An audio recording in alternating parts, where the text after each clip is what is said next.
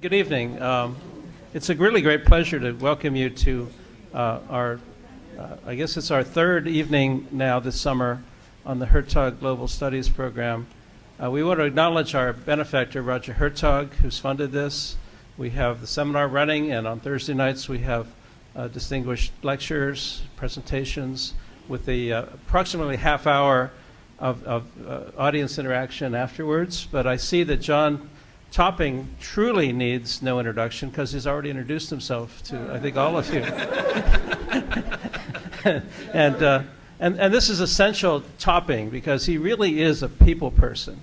And I had the pleasure to meet him in 2006 at the 20th anniversary of his Climate Institute, where he had really a vast array of different people of different levels of interest and expertise and influence. And he had the Diplomatic Corps of Washington turned out, the President of Iceland, and a lot of evangelical people from different religious perspectives. It was a marvelous meeting in which you felt there was some entree for everyone into the conversation. And it's certainly, we've heard a lot in past weeks about climate in a box, whether it's a computerized box of equations, or policy in a box where we feel like we're kind of locked into certain positions. And John really does think outside the box. And I think his lecture tonight is going to bring you some of that perspective. He's a graduate of Dartmouth College. He's also a JD from Yale University. And Dartmouth gave him their first Dr. Martin Luther King Jr. Social Justice Award for Lifetime Achievement. He's very early involved in the Civil Rights Act as an undergraduate and had a lot of experience networking at a very local level to bring about the kinds of bigger results he wanted to see. He's still doing that, local connections on climate issues. He's editor of several volumes on climate change, Preparing for Climate Change, Coping with Climate Change, and most recently, Sudden and Disruptive Climate Change. He's an optimist, and we had a wonderful, about an hour and a half seminar before this meeting, in which he was able to juxtapose global apocalyptic scenarios with optimism, and I think he's going to bring us that kind of perspective now. So I think you should get ready for a very fresh approach, something probably you haven't heard before, and I look forward to your interaction with John Topping. Let's welcome him to the Hertog seminar. Thank you.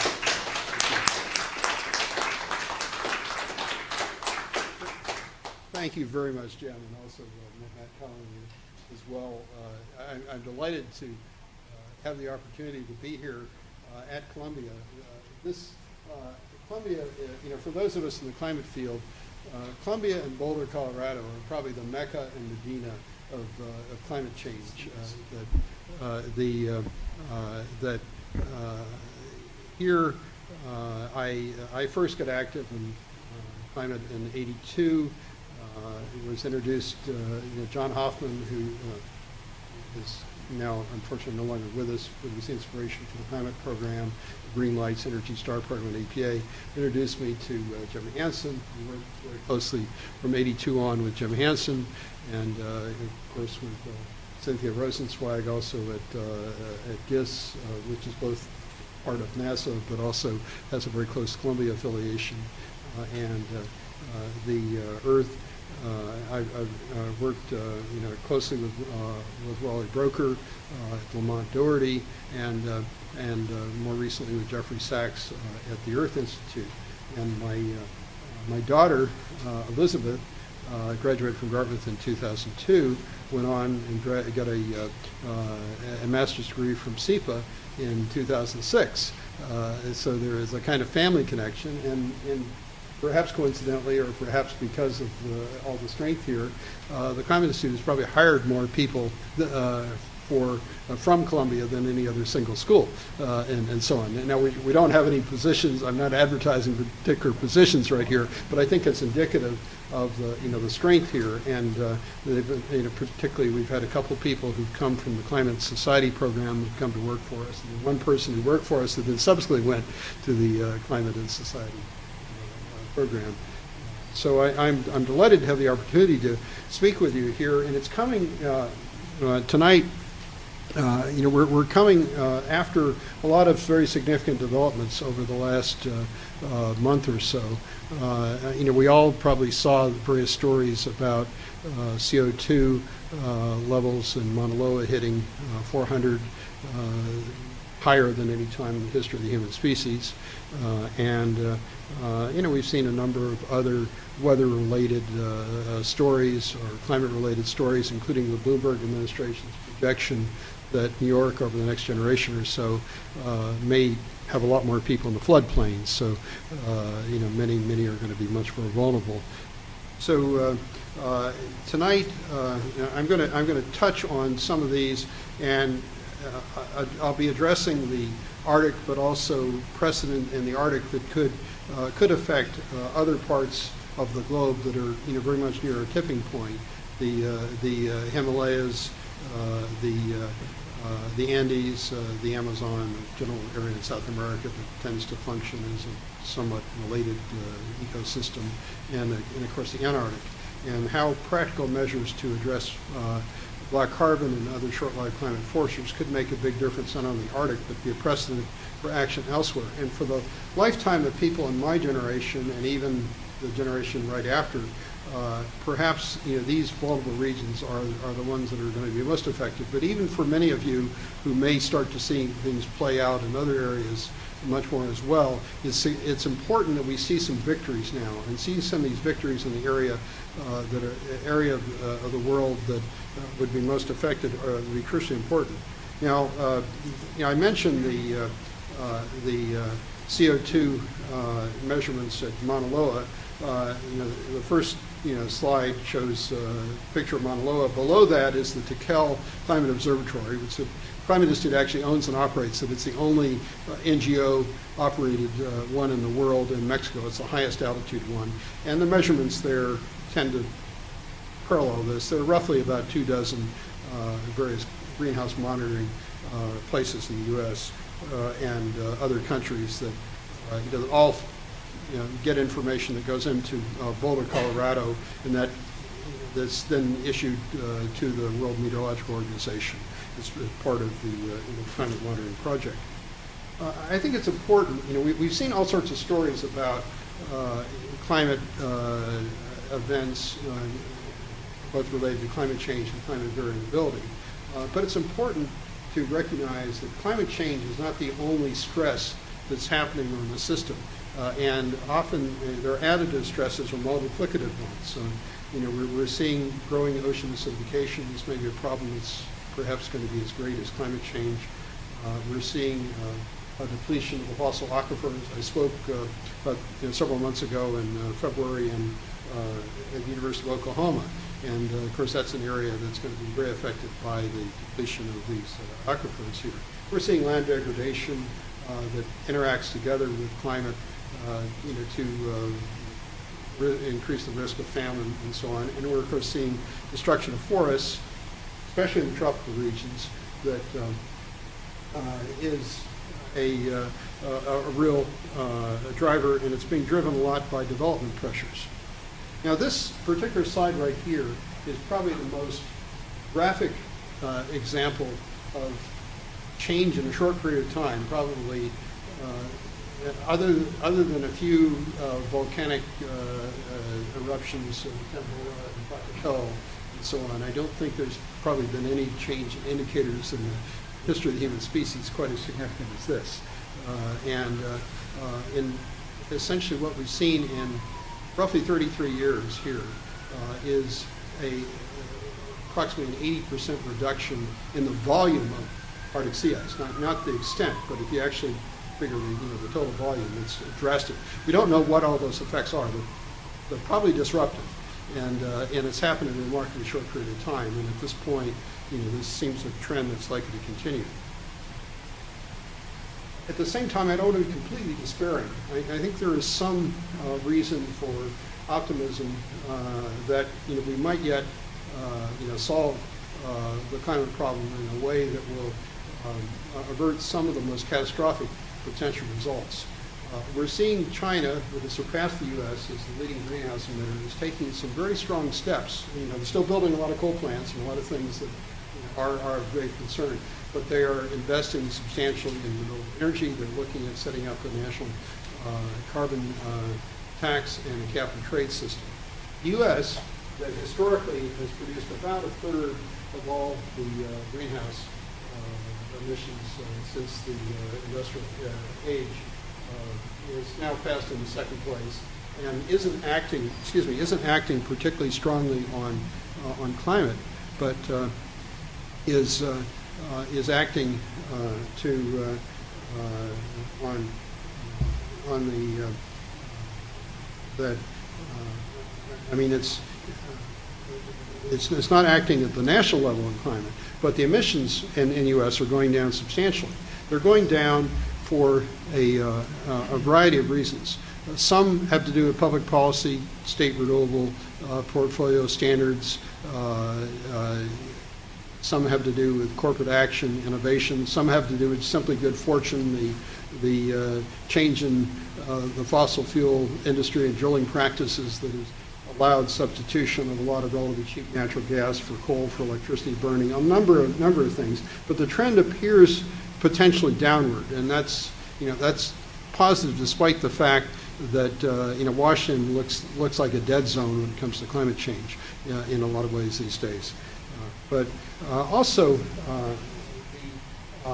in the U.S., a draft voluntary standard under the authority of the American National Standards Institute, ANSI, that has existed since 1918 with remarkable delegated authority, is coming forward. It will be the most ambitious, among other things, if this emerges as I expect it will sometime next year. I'm one of the 24-member committee. I'm the chair of the subcommittee on impacts of greenhouse gases and black carbon. But it will, for the first time, it will have a evaluation for reductions of black carbon and for compounds as a result of formation of tropospheric ozone. That's a huge defect in the current Kyoto system. These things that make the biggest difference have zero valuation in terms of the formal trading systems. And it will also create an Arctic regional warming indicator, and that is something that we're using as a basis for the formation of a kind of nascent Arctic Climate Action Registry. Now, I mentioned in addition to the actions of the U.S., there are other countries that are moving forward in this. Mexico, that we've been significantly involved in the last hour and a half discussion I had with the class, we described how a country that 6-7 years ago wasn't focused much at all on climate change has now jumped to the forefront in the OECD, way ahead of the U.S. and Canada.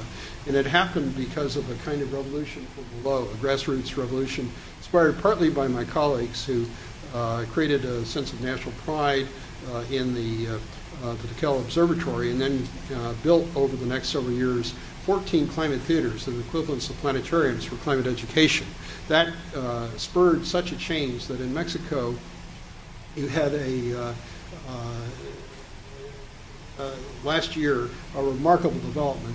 And after the House of Representatives passed something much stronger than Waxman-Markey that made it barely through the House and didn't make it to the floor of the U.S. Senate a few years ago, that Mexico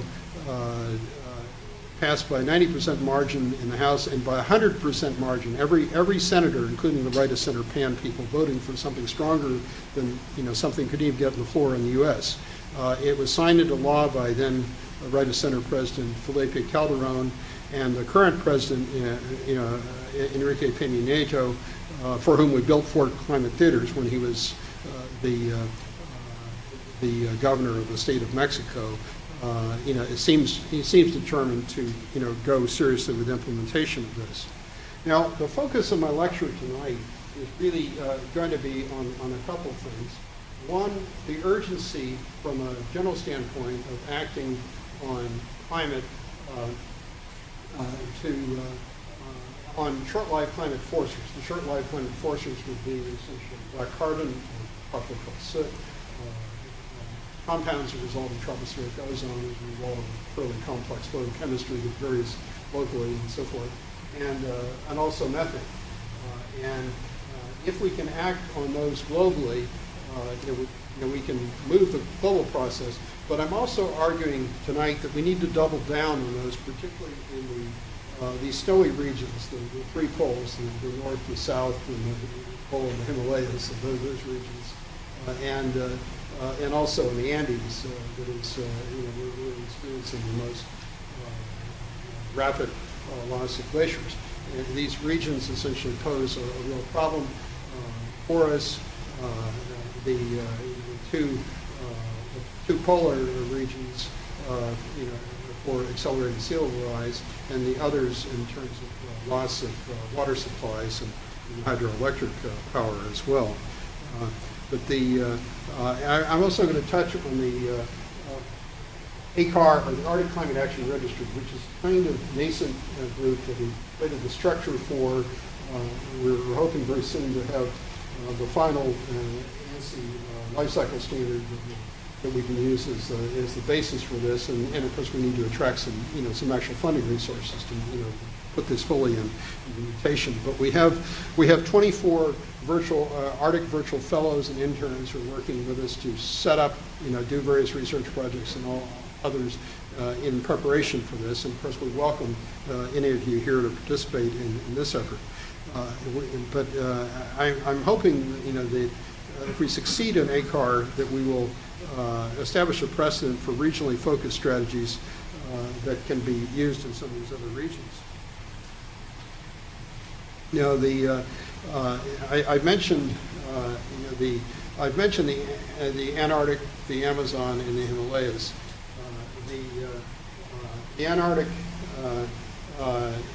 is warming. Parts of the Antarctic are warming quite rapidly, and the effect is that we are seeing some deglaciation from the Antarctic Peninsula, West Antarctic ice sheet, etc. And this can add to the melting from Greenland. Roughly, the Greenland and the Antarctic are producing roughly about the same amount of additional contribution to global sea level rise. So this is of real concern. The Amazon is a concern out of itself for biodiversity as a result of land conversion. There's a danger of potential buyback, but also it looks as though the burning within the Amazon and within some of the surrounding grassland areas around it, within the basin and so forth, could affect the Andes. And the Inter-American Development Bank, a team led by Walter Vergara, are now looking at this. We're doing an issue in another 5 or 6 weeks of our newsletter that will focus on these regions, and we hope to have an article on this that will show something. In the Himalayan and Tibetan Plateau, we're talking about water for a large portion of the planet that could ultimately be affected here. Interestingly, there is some activity underway in this U.S. under then Secretary of State Hillary Rodham Clinton, and it's continuing. The U.S. is still continuing to be active in this. Really launched a climate and clean air coalition that's focused largely on the short-lived climate forcers and also on hydrofluorocarbons. We recently saw an agreement in the U.S.-Chinese summit on HFCs. I think that that was promising and indicates the potential for some sort of action among the two major superpowers. But what's significant here is that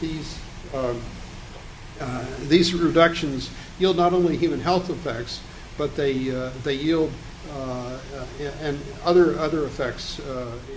Methane reductions, for example, could reduce coal mine deaths from accidents. Methane also could be used for fuel generation and so on. There are a variety of benefits, and of course, reducing tropospheric ozone also helps crops as well as helps people's health and so on. But a major barrier we have at this point is the current Kyoto system does not incentivize reductions of the short-lived climate forcers. That's something that the ANSI standard that's now being developed will help to address. I'm going to run over quickly here, these short-lived climate forces. Tropospheric ozone, popularly often at the ground level called smog and so forth, has major effects. We don't like it. It tears our eyes up. It has more severe effects than that. It can have major effects on crops. It's up generally for less than a month, but it does produce a substantial warming effect. By some calculations, it's about 18% of what we see associated with CO2. Methane, or methane on the other side of the pond, is a very significant greenhouse gas. It lasts roughly a decade or so within the atmosphere, and its warming effect is a little bit over 50% of that of CO2. But because it's up for only about a decade or so, if you can make major changes in methane, you can reduce the concentrations, and this can have an impact. Also, there are so many win-win effects from harvesting, whether harvesting this from landfills or other things, that there are benefits with actions in this area. Black carbon is something that has really gotten attention recently. Jim Hansen, when he was director of Goddard Institute for Space Studies, created a lot of the first U.S. focus on this. Dr.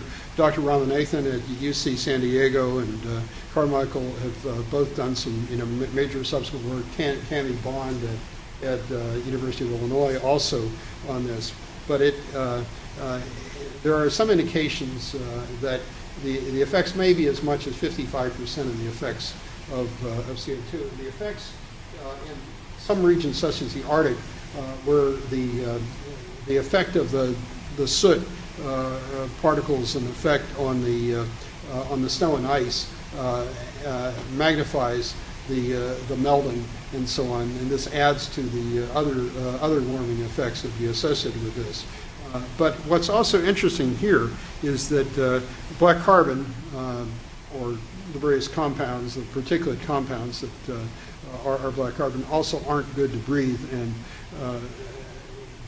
they and other related particulates produce roughly 3 million deaths annually worldwide. So action on this can make a big difference.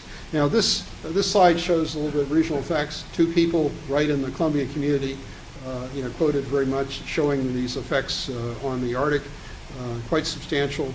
Both Jim Hansen and Andrew Schindel, and I commend you to look to some of their studies on this.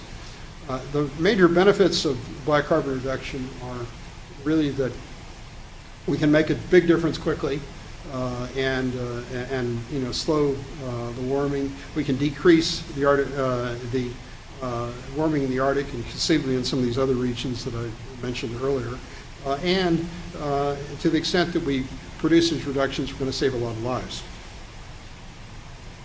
These slides were prepared by,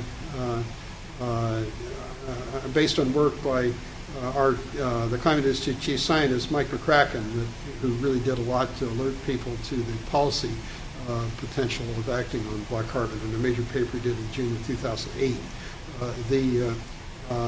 What's significant, this is warming effect during the 21st century if we have aggressive reductions in both greenhouse gases and black carbon. What it shows is you can take the black carbon out much more quickly, and there's the first part of the slide is the 20th century CO2 emissions that are going to be with us for a long while. Then the next one is this 21st century CO2 emissions, then methane, tropospheric ozone, other greenhouse gases, and then finally at the top in the black, or the black carbon potential.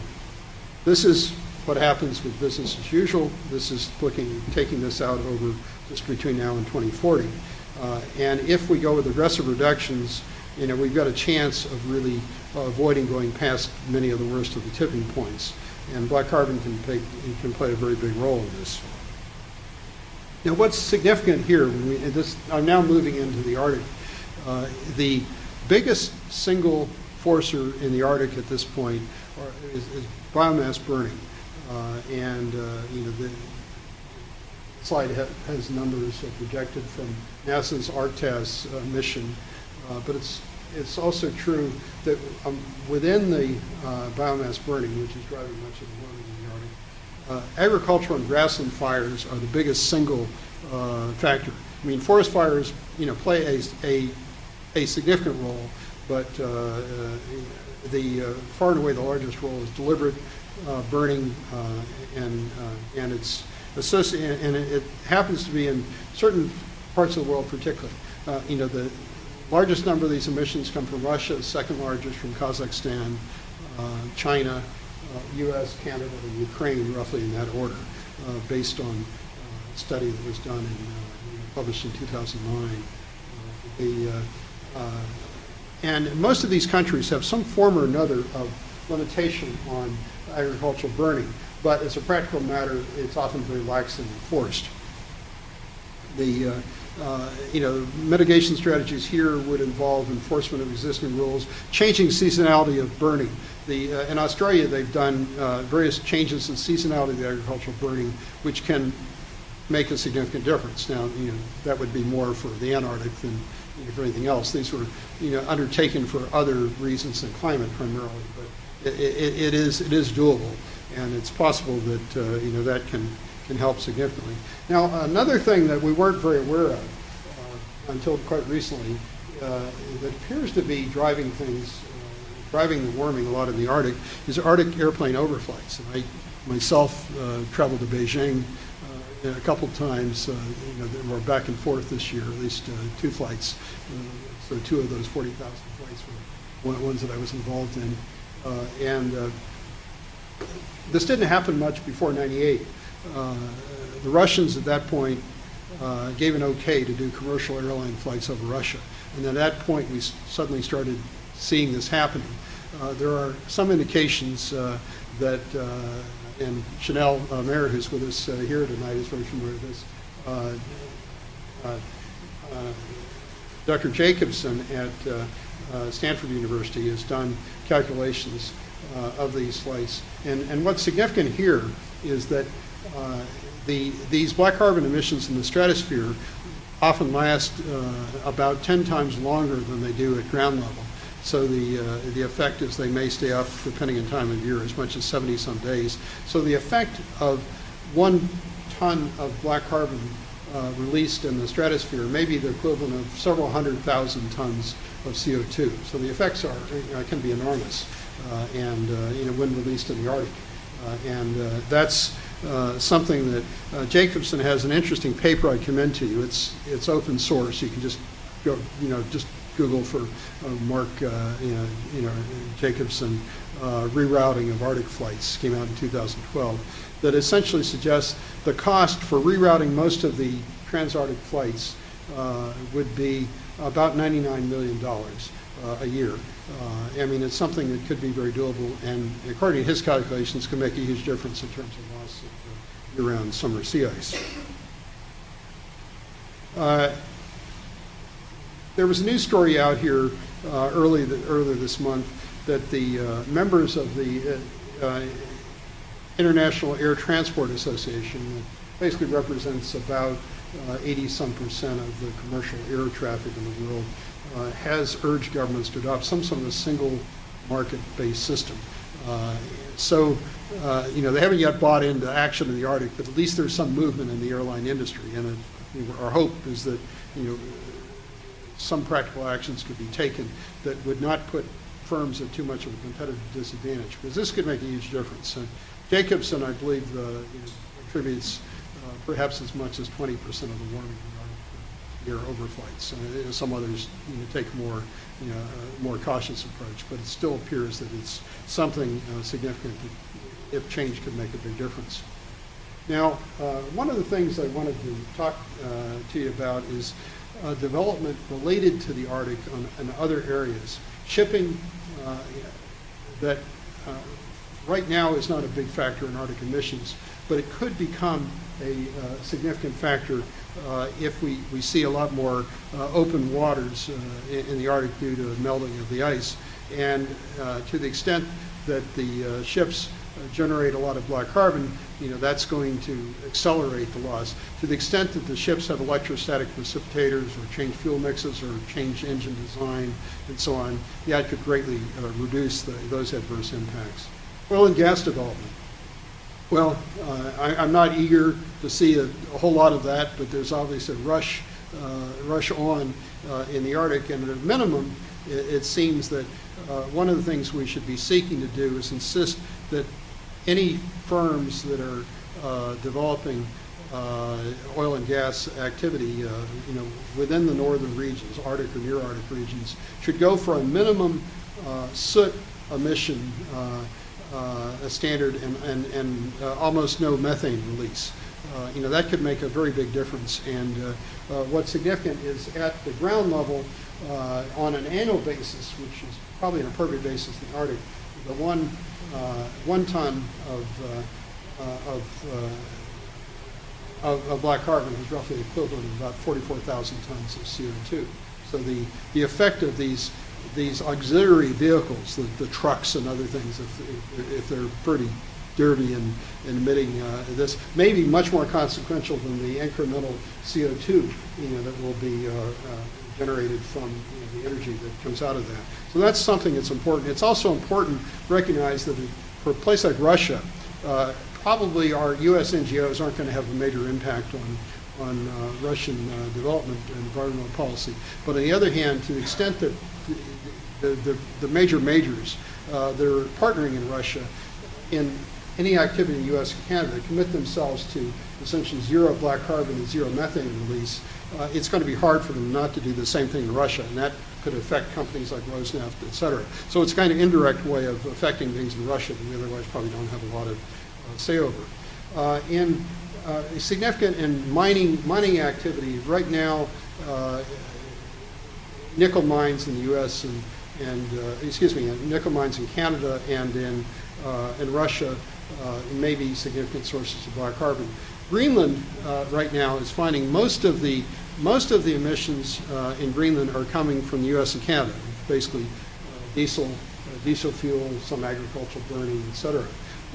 Not too much comes from Greenland, but a number of you have probably seen stories about development pressures in Greenland. The Chinese are considering building an iron mine in Greenland to bring in 2,100 Chinese workers. The various folks in Europe, North America, and Asia are also looking at rare earth development. To the extent that any of this development happens in Greenland, it's imperative that there be essentially zero black carbon standards.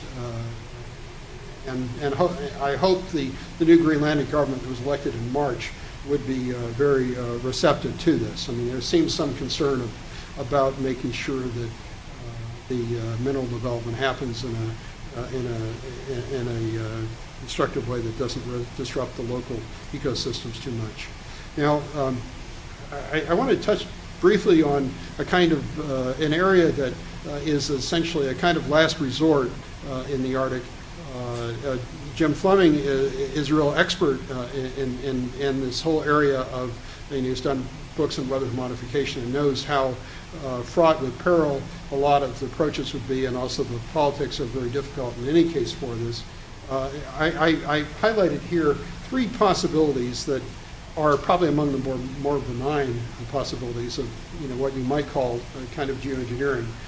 One that's advanced by a couple of experts and a group in the UK called the Arctic Methane Emergency Group, essentially would be to send some small ships out to spray salt and do some generate clouds that would essentially enhance albedo and so on. Mike McCracken, our chief scientist, has talked to some folks who've been concerned about, who've suggested the possibility of changing the seasonality of ice breaking. So if you did the ice breaking more in the fall and less in the spring, that could end up having a beneficial effect. Now, I'm not enough of an expert on ice breaking to know, while this appears to be scientifically very valid, how easy it would be to do in the real world of shipping and so forth. But that's a possibility. There's another exotic possibility of essentially gobbling up methane, methanotrophs, and so on. And some interesting articles exist on this. This would have the potential, if it works, perhaps of generating fish for fish farms and so on, offshore areas and so on. These are areas that need a lot of research at this point, and if we strike out on the emissions mitigation strategies, we may need to have some sort of backup. But I just mentioned them, but I think as Jim knows, it's crucially important before we do this, we develop the consent of the people who are going to be affected. That's the 8 Arctic Council member countries, the various indigenous organizations that are also represented on the Arctic Council, and we field tested this beforehand, so we know there aren't a lot of unintended side effects.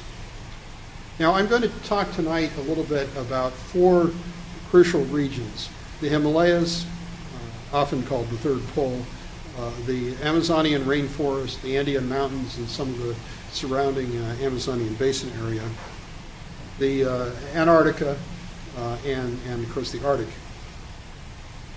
Now, what's interesting in South America, there are these ecosystems that are closely connected that play a role each in the other. The Amazonian rainforest plays a crucial role for the whole globe in terms of biodiversity. It plays a huge role for Latin America in terms of generation of enough water to support a lot of the agricultural systems. And we're seeing large losses here due to land conversion from creating cattle farms for mining operations, et cetera. And that itself creates the danger of dieback of a forest that could become self-fulfilling.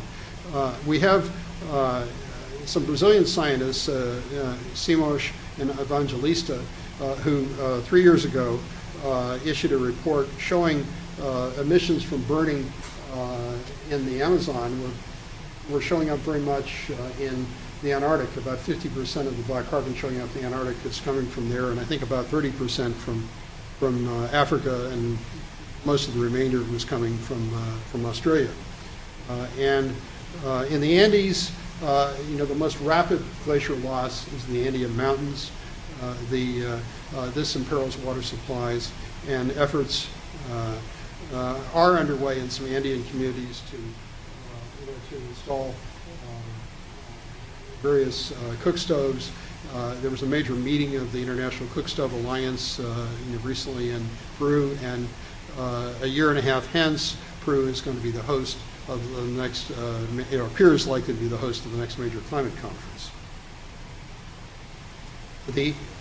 As far as Antarctica is concerned, we've all seen various projections that we could see as much as 200 feet of sea level rise if all the Antarctic ice sheet were to melt. But we don't need to see nearly that kind of melting to see some rather dramatic effects on the world at large. These slides give a little bit of an indication of some of the change and so on here. And they're going to be posted. They're posted both in climate.org, and they'll be on the Columbia site as well. If you want to go at this in a little more detail. And what's significant here is there is some rapid warming happening in parts of the Antarctic. The Antarctic is a net contributor to sea level rise at this point, roughly about as much as Greenland. And right now the annual contributions are comparatively modest, but it seems to be kicking up perhaps in both places. And if that happens, this could add greatly to sea level rise. And rather than having the roughly 1 meter or so, perhaps as much as 2 meters sea level rise, we could see something even greater than that. At this point, we do know there's black carbon there. We don't know how much of a role it's playing in the warming in the Antarctic. But But it's plausible that it's having some effect, probably not as much as in the Arctic or in the Himalayas, but still some consequence. Now, the Himalayas are significant. They're the source of water for a large portion of the world. They affect the climate system, the monsoon system, et cetera. And what is significant is we're seeing some indications of real change in the Himalayas that in a generation or two could seriously threaten water supplies. I mean, the Andean effects are here and now. The effects in the Himalayas are, likely about the middle of the century we could see something quite sizable. Initially, the melting of the glaciers probably produces some increase in water, but after a period of time, the effects would be, could be, quite damaging. Project Surya that Dr. Ramanathan at UCSD has been spearheading is seeking to reduce black carbon both for climate reasons and also for reasons of human health, trying to arrange financing for replacement cook stoves, kerosene lanterns, et cetera. Also, the Indian Supreme Court acted recently in something driven not by climate considerations, but by considerations of human health to mandate compressed natural gas to replace a lot of the particulate generating diesel that was operating in urban areas there. Now, I'm going to touch on the Arctic and the Arctic Climate Action Registry right here. This is an indication. The Economist has a slide showing dramatic changes that have happened in summer sea ice in recent years, from over the last several decades. You've seen a dramatic diminution in this. The most dramatic, of course, was in the volume of the sea ice, in one of the early slides I showed.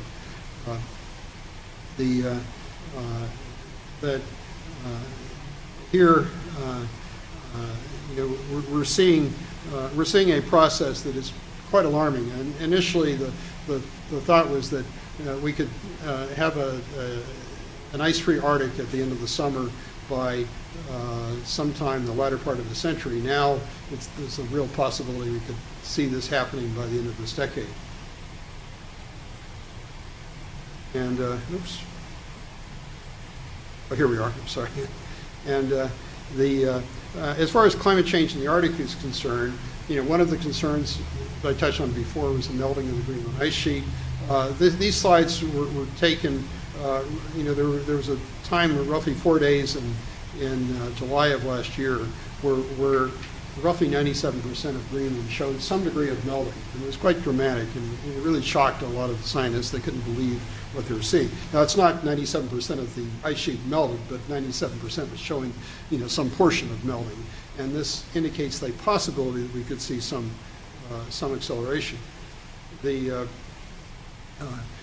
melting of the ice sheet, of course, would add to sea level rise, and other changes are major erosion, threatening villages, collapse of the entire ecosystem, changes of way of life for indigenous peoples, and of course, the real shocker is the potential of melting of the permafrost, methane, and methane also in some of the ocean sediments.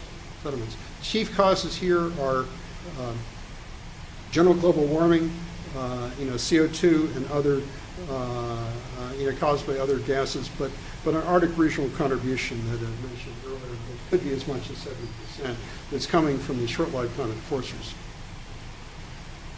And there's this outlier possibility, maybe unfortunately not an outlier, of the methane hydride pulse that could make a very big difference. Now, there are a number of climate impacts that are already showing up.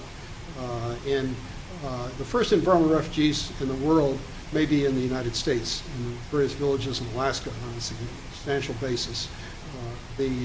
We're seeing loss of public infrastructure that's happening in Alaska, it's happening in Russia, permafrost melt, forcing relocation of pipelines, change in the highways, et cetera. Food security is being affected, their effects on human health. Now, in Alaska, I mentioned we may have the first environmental refugees. The GAO has done some studies essentially showing a number of villages facing imminent threats, and a number of these are also exploring relocation possibilities. Now, there are about 4 million people in the Arctic region. This shows the indigenous people. About 400,000 are indigenous people, but they're taking the brunt of the battering. They're the ones whose ways of life are being most affected. And of course, in the case of Greenland, in the case of Alaska in the U.S., where they're likely to be displaced. Now, what is the significance for international security? Well, I think there are a couple things in terms of the changes in the Arctic. One, to the extent that we see melting in the Arctic, and we see melting in the Antarctic, that's going to add to global sea level rise. It's going to increase the pressures on places like New York and London and Tokyo and Jakarta and so forth. Also, a possibility exists, probably is very likely, that loss in year-round summer sea ice will change weather and ocean circulation patterns in a substantial way. Probably not particularly good.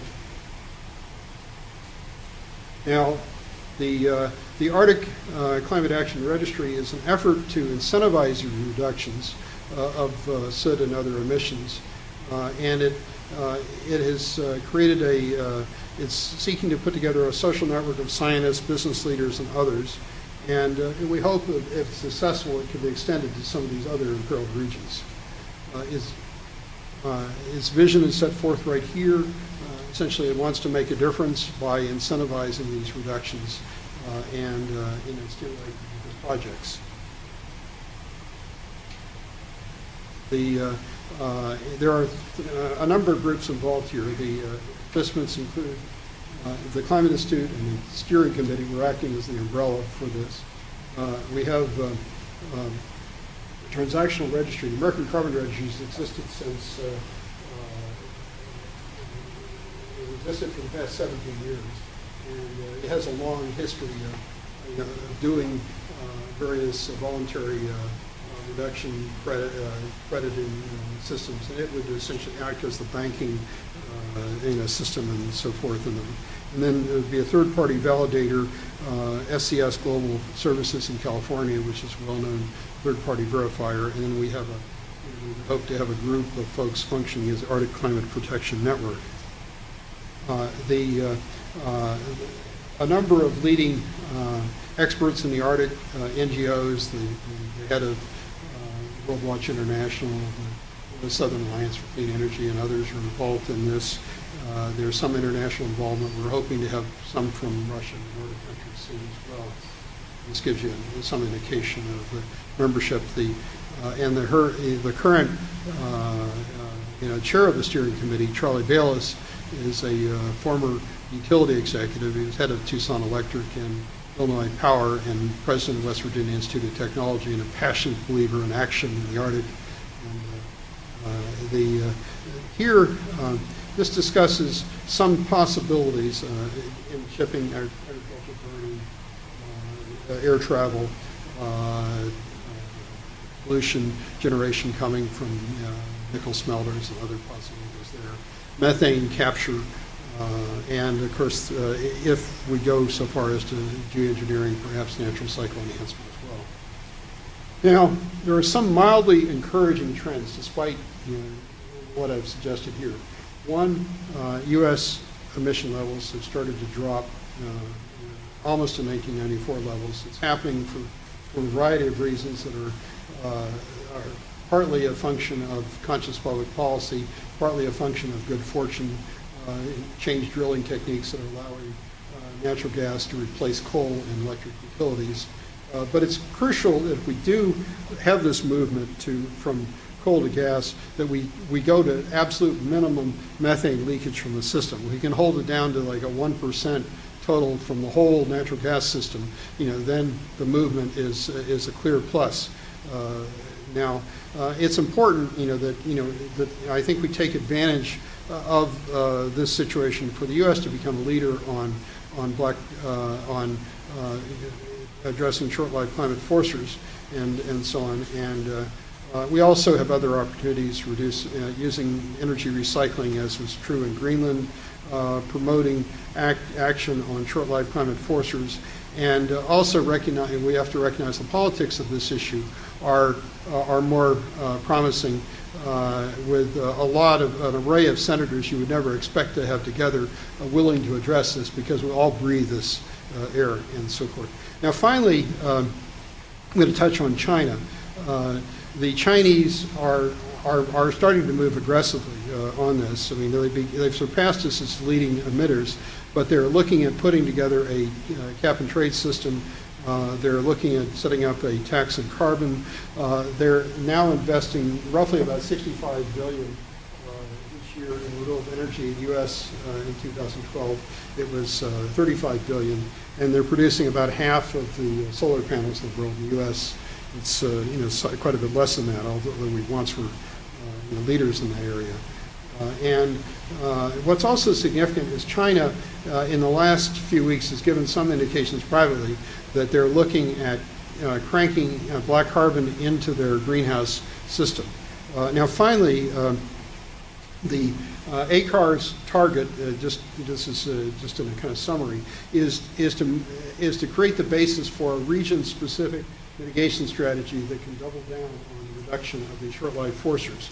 And if this succeeds in coming together, we hope it becomes the basis for actions much more broadly.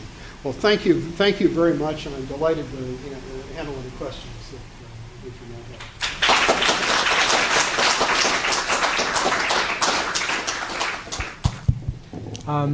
John, Yeah. my question is whether stopping climate change is the right goal. So does the Climate Institute aim to stop climate change? Well, we will never completely stop climate change. I think it's going to happen to some extent.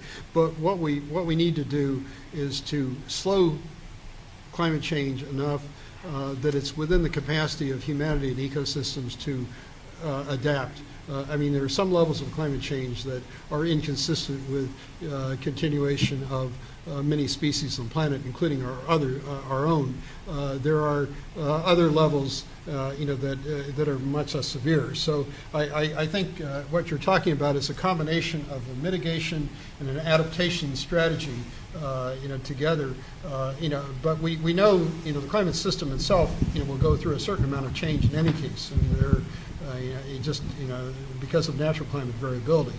But what we're finding right here is this shocking effect in the near term of changes that are happening, as indicated with the volume of sea ice in an incredibly short period of time, a third of a century.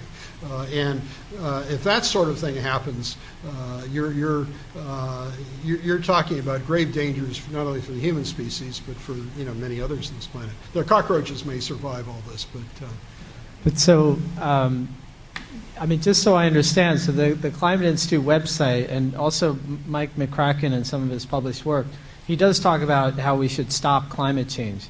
But doesn't that give people the wrong idea about climate change? I mean, has there ever been a time in which climate change, ever been a time in which climate has stopped changing? Well, I think what we're talking about is stopping the severely disruptive effects of that. I mean, essentially, buying us enough time that the human ingenuity can essentially respond to this. If it happens too fast, no matter how smart we're going to be, it's going to be very hard to get past that. So that's essentially what we're talking about. I think and Mike would certainly recognize this, that the change is sizable.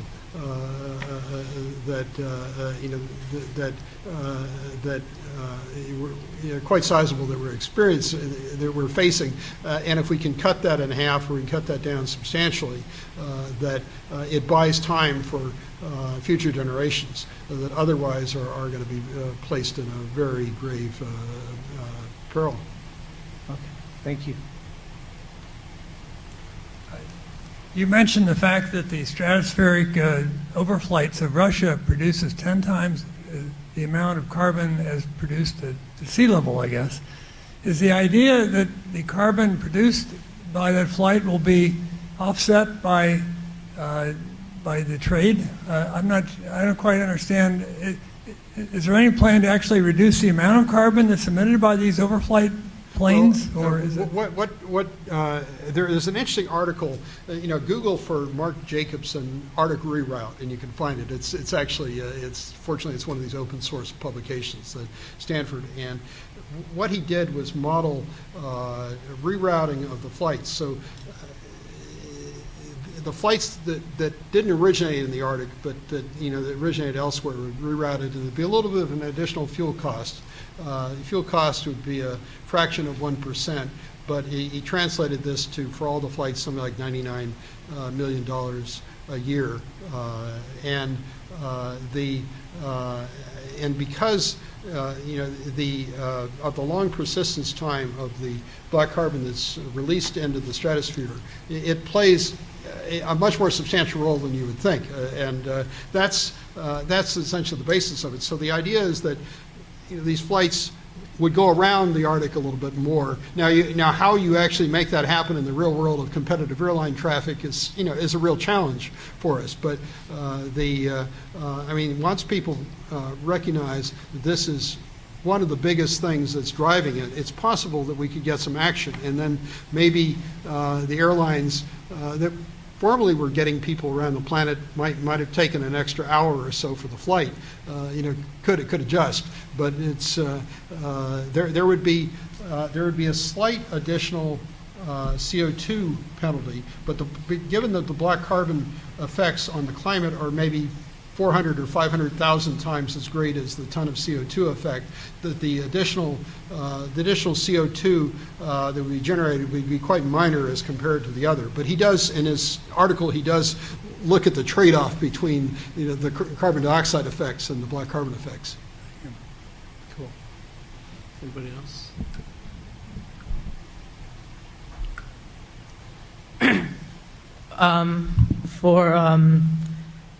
Point sources of electricity production, such as coal-burning power plants or natural gas-burning power plants, there are a huge contributor of a lot of emissions and black particulates. How would that be reduced to zero in the near future? Well, it wouldn't be reduced necessarily to zero, but let's say, for example, you're dealing with an energy project in the Arctic. At least if they put diesel filters on the diesel trucks that are used in that would be one that may make a big difference. The state of Alaska is where there are a lot of native villages that are going to be facing displacement. Is looking at replacing some of the expensive diesel generation capacity that is also polluting and happens to be very expensive with tidal energy. And so there are a variety of different possibilities. I mean, they vary a lot from place to place. But in that case, you'd find a dramatic reduction. In the case of the diesel trucks or the trucks and the other off-road vehicles, we know there are traps that can reduce by 90% or more the generation that can happen from these vehicles. So it's a combination of these things. It won't quite be zero carbon, but it might be 97% reductions in some cases, and that can make a huge difference when these effects are as large as they are.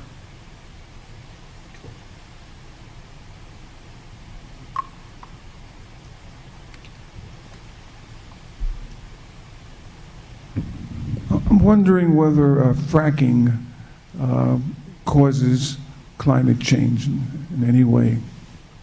Well, it really depends on whether there's a lot of methane release, and I mean it's a very much a double-edged sword. Fracking. There are obviously concerns about fracking in terms of water supplies and other things in any case, but there's a lot of work that's being done, and some of the leading environmental groups, Environmental Defense Fund and World Watch Institute and others have been looking a lot at some of these issues. And what you face is if you can hold the natural gas leakage, including from the fracking process, minimally, there are advantages in the near term for substituting natural gas for coal. But on the other hand, if you get up to something like the 3 or 4% leakage rate, it starts to shift the other way, and there's no particular advantage against coal. Of course, there are some of the environmental groups that said, look, the situation is so bad at this point that we really need to go completely to non-carbon fuels, and relying too heavily on natural gas as a transition itself is a problem. I mean, I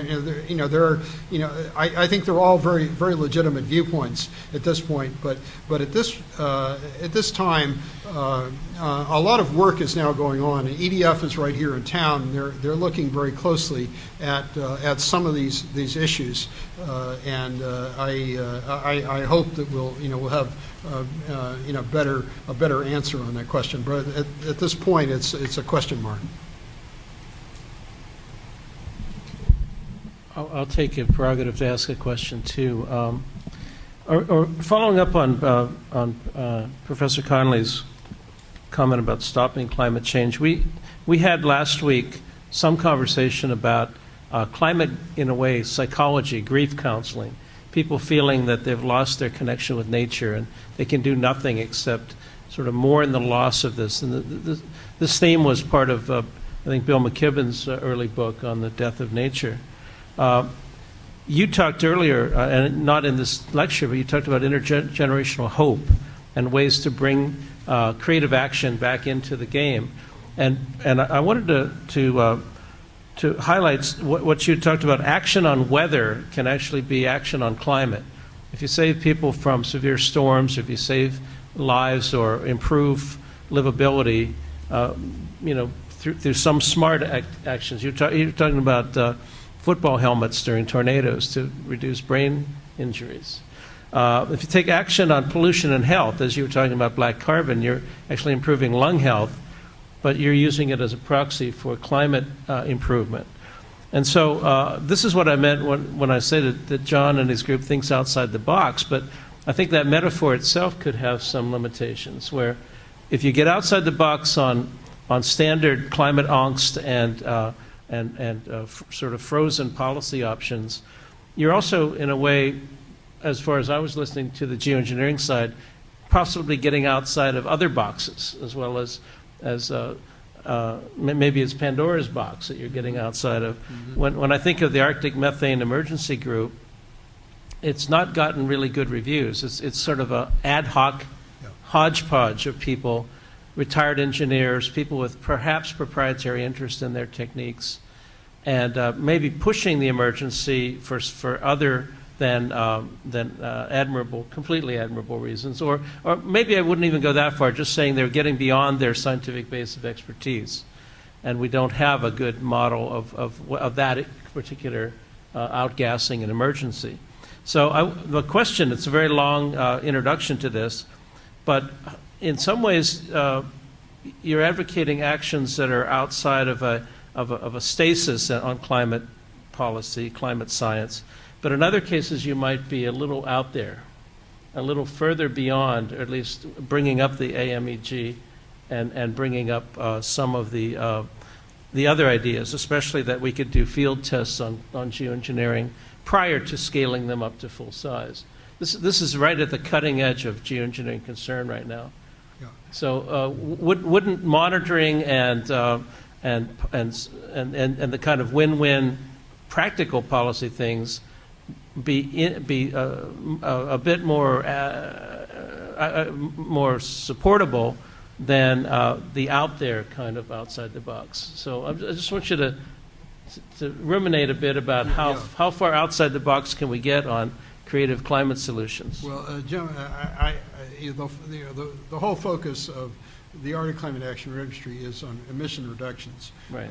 And I think, on the other hand, I would encourage the scientific community to start looking at other things. But one of the things we know is that the Arctic is an iconic location.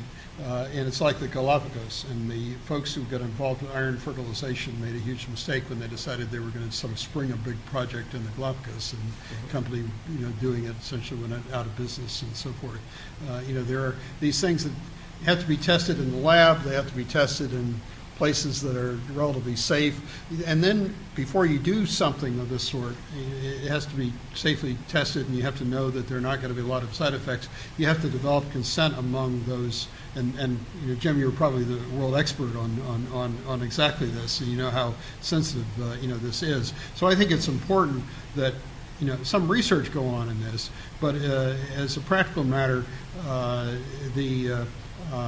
even with changes in the cloud effects, well, it sounds relatively benign. It could change weather circulation patterns, and of course then maybe 3/4 of the people benefit, 1/4 don't, and that's still a problem, even if you could see major gains. So I think that our focus right now is largely on emission reductions. One of the things that I did cite in there that I think is probably a safer one would be changing the seasonality of the ice breaking. I don't think there's how practical it will be to implement the real world is another question, but I don't think there's much of an adverse effect. And if an individual country wanted to encourage that, I don't think others would have grounds to object to it. Hi, I've got a question about 350 and Bill McKibben. So you talked, before this larger talk, we were talking about young people and kind of solutions, and now we've been talking about kind of causes for optimism. I'm wondering how you see 350 in that context. It seems like they've had a lot of success compared to other environmental groups by taking an extremely intransigent stance toward new fossil fuel developments. I was wondering if you think that this is also part of the solution and that there are things we could learn from them, or if you think that this kind of intransigence is too black and white and distracting us from other kinds of solutions. Well, I think that they played a significant role in the issue. One of the things that I was encouraged, I read an article, I think it was this morning. The bill is going to Greenland with some others, and they're looking a lot at black carbon effects. Would be nice if and looking at some of these effects in the northern areas, they would start looking not just at the additional CO2, at the other. If they do that, I think that will build much more of a kind of basis of understanding for this. So I think they play a constructive role. At the same time, we are going to have to affect some of these oil and gas projects that whatever Bill and I may think about them are probably going to happen, and to the extent you're going to affect Russia, it's going to be imperative to make sure that Exxon and Chevron and others in their activities do their activities in the U.S. and Canada with minimum collateral damage in terms of black carbon and methane release, and to the extent they do that they lock themselves in and lock in their partners, such as Rosneft and so forth, into activities there. So I think that, we all have to work on this, because if the Arctic really goes to hell in a basket, it's going to affect us all profoundly. And the Arctic Climate Action Registry is one means of doing this, and I think some of the activist groups are another. And perhaps at some point, if this gets way out of hand, and we've tested some of these climate engineering projects, they even end up playing a role. But I think at the moment we have to do everything we can to go after these short-lived climate forcers and put the primary focus on that. Thank you very much for being here with us. I had a question with regards to, you mentioned in our workshop before, kind of how the Kyoto Protocol was short-lived in terms of its inability to address things like black carbon, for instance. Do you think there's a hope in addressing these short-term climate forcers through another similar form of intergovernmental agreement to a similar scale? I think there is some hope. We're working on I mean, the very fact of that the Chinese are going with the trading system, and I've privately heard that the Chinese are looking at cranking black carbon into the system. If the world's leading emitter, both producer of carbon dioxide and of black carbon, moves that way, the U.S. through its voluntary standard, could have the most robust standard in the world that creates evaluation. Eventually, the climate trading system will catch up with it. I mean, the Kyoto system is lagging a generation in this regard behind the science and so forth. If this happens, then I think we'll start seeing that kind of a change. Now, what was significant in the recent U.S.-China summit, there was a major agreement on the part of the U.S. and China to act on hydrofluorocarbons that are, in the longer term, likely to be a significant contributor. And there were some calculations that if these actions were followed through, by substitutes and the whole thing got fully implemented, you could be talking over the century of as much as 0.5 degree Celsius reduction in the warming that otherwise might be anticipated. So there are a lot of these things that I think where there's hope, but part of it is probably getting U.S. and Chinese leadership, and then part of it is developing some sort of voluntary standards that eventually become an ISO, and recognize that for a lot of multinational companies who want to be regarded as forward-looking and so forth, these voluntary standards are something they really aspire to. So it can actually affect multi-billion-dollar investments. And watch a company, whether it's an energy company or whether it's a retail company, starts to buy in on this and sends it through its supply chain. That can have profound, effects. And so I see this happening in a lot of different ways. There's an interesting book I'm reviewing by Brown and Sobukul that talks about polycentrism, that these effects have to happen at a whole variety of different levels. I mean, some of them are in the corporate sector, some of them are at the state and local governments, some that are happening internationally. And I think we get into the idea, and many of my confreres in the climate movement, most of whom are lawyers as I am, look at this as a way of essentially carving up the world and getting a binding agreement and doing that. And the world is much more subtle than that, and much more nuanced. And I think if we're going to succeed in climate change, it's going to happen by tapping into folks. I've been spending a lot of the last 3 years commuting back and forth between Washington and Hanover, trying to develop, working with something we call Center for Environmental Leadership Training. It's a virtual center of a couple dozen students at Dartmouth and about 30 students scattered elsewhere on the planet. We're gathering smart solutions, blogs on climate change. We developed, we've gathered together slides in Chinese, Arabic, Spanish, French, Portuguese, English, and we're developing a game on the Arctic. And I'd welcome anybody here to sort of join with us in this effort. And the idea is to you tap people together with working with these voluntary standards. And if we have this action happening from a variety of directions, the public policy process will gradually move along, and maybe we'll do 10% of it, but about 90% is going to happen outside of the international negotiations. Thank you. Okay. Hi. I guess my question is a bit of a follow-up from Raphael's question. I'm curious what your personal opinion is as to the future of global governance as far as climate change security implications are concerned. I know there's been a lot of talk of extending UNHCR definition of refugee to include a climate change refugee, and there doesn't really seem to be much agreement on that. So I guess I'm just wondering, what's your take on the future of a potential agreement that deals particularly with the security implications of climate change? Well, I think in some areas it's probably very doable, but it may not be 180 countries necessarily agreeing. I mean, you get on some of these areas, if you get the U.S. and China to agree, or U.S. and China and India, or whatever, that may make a big difference. Also, when you start dealing with adaptation, there are island state situations that are comparable, or island state and developing countries, island states in Bangladesh and Indonesia and Vietnam and so forth could have a lot of actions together.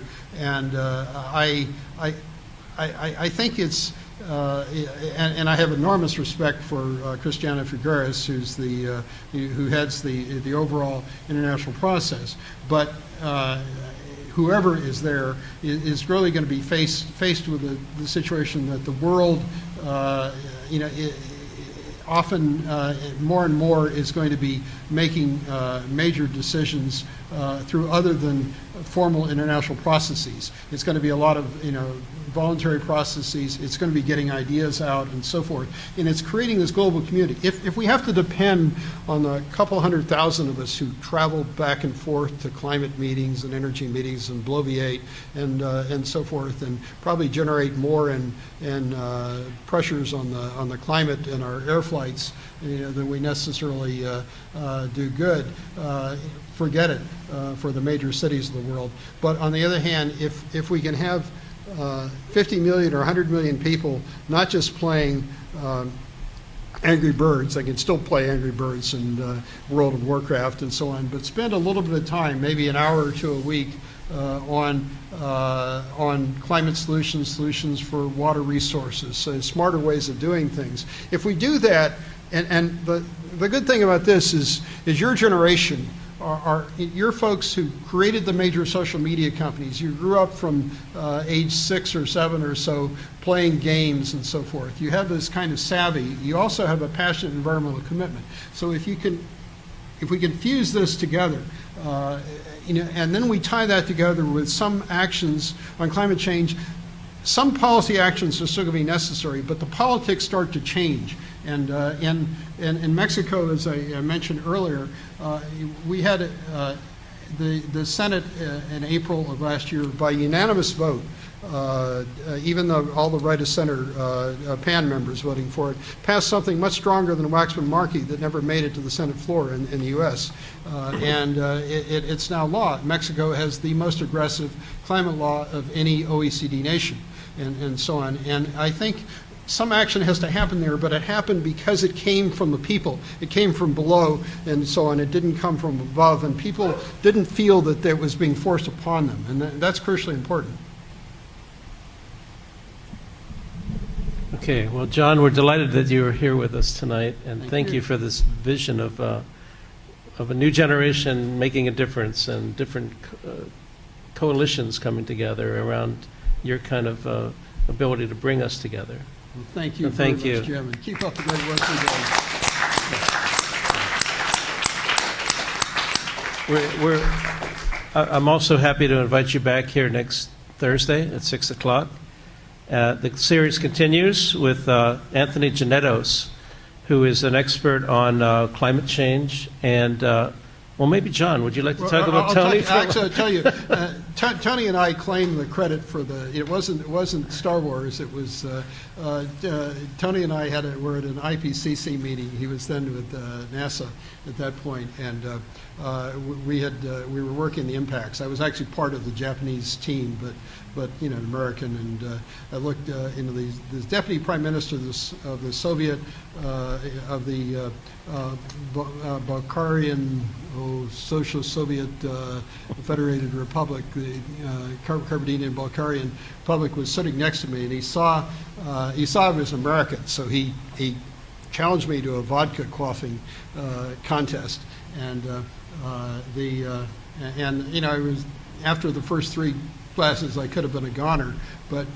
Tony saw my plight, so Tony realized that mineral vodka or mineral water looks just like vodka. So he started refilling my glass with mineral water, and the deputy prime minister was ended up under the table, and about 15 months later, the Soviet Union collapsed. So we claimed a little bit of credit for that. Well, so Tony will be with us, and he's an expert on mitigation, adaptation, biodiversity, moving from the University of Maryland Global Change Center to a new position on the faculty at Boston University. So please join us next week as well. Thank you. Thank you. That's a great story.